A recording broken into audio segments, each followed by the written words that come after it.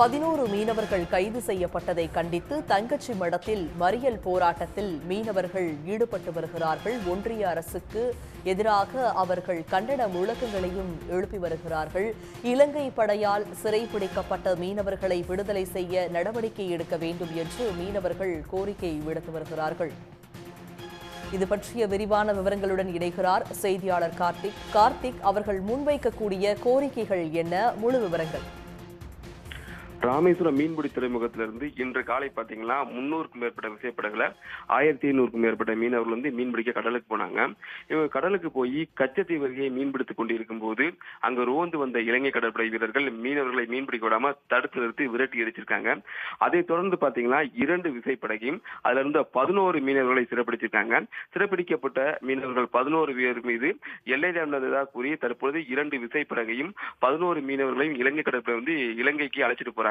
இந்த சம்பவம் பாத்தீங்கன்னா ராமேஸ்வரம் மீனவர் மத்தியில் ஒரு கொந்தளிப்பை ஏற்படுத்தியிருக்கு. அது மட்டும் இல்லாமல் சிறைப்பிடித்த அந்த 11 மீனவர்களையும் 2 படகையும் உடனே விடுதலை செய்ய வலியுறுத்தி பாத்தீங்கன்னா மீனவர்களையும் மீனவர் குடும்பங்களும் பாத்தீங்கன்னா ராமேஸ்வரம் மதுரை தேசிய நெடுஞ்சாலை தங்கச்சி மடத்துல சாலை மறியல் போராட்டத்தில் ஈடுபட்டு வராங்க. இந்த சாலை மறியல் போராட்டத்தில் பாத்தீங்கன்னா 200க்கும் மேற்பட்ட மீனவ பெண்கள் உள்ளிட்ட மீனவர்கள் கலந்துருக்காங்க. இவங்க என்ன கோரிக்கை வைக்கிறாங்கன்னா, கடலுக்கு மீன்பிடிக்க சென்றாலே இலங்கை கடற்படை சிறைப்பிடிப்பது வாடிக்கை நிகழ்வா இருக்கு. இதனால மீனவர்களின் வாழ்வாதாரம் வந்து பாதிக்கப்படுது. அது மட்டும் இல்லாமல் சிறைப்பிடிக்கக்கூடிய மீனவர்களை இலங்கை அரசு வந்து பாத்தீங்கன்னா 6 முதல் 2 ஆண்டு வரை சிறந்த நினைவிச்சு இலங்கை சிறையில் வச்சிருக்காங்க. இதனால பாத்தீங்கன்னா மீனவ பெண்கள் வந்து மிகுந்த அளவுல பாதிக்கப்படுறாங்க.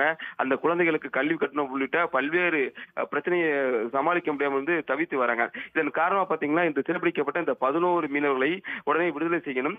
அது மட்டும் இல்லாமல் தொடர்ச்சியாக மீனவர்களை சிறைப்பிடிக்கிறதை மத்திய அரசு கண்டிக்காமல் வேடிக்கை பார்த்து வருகிறது. இதை கண்டித்தும் மீனவர்கள் தற்பொழுது சாலை மறியல் போராட்டத்தில் ஈடுபட்டு வராங்க.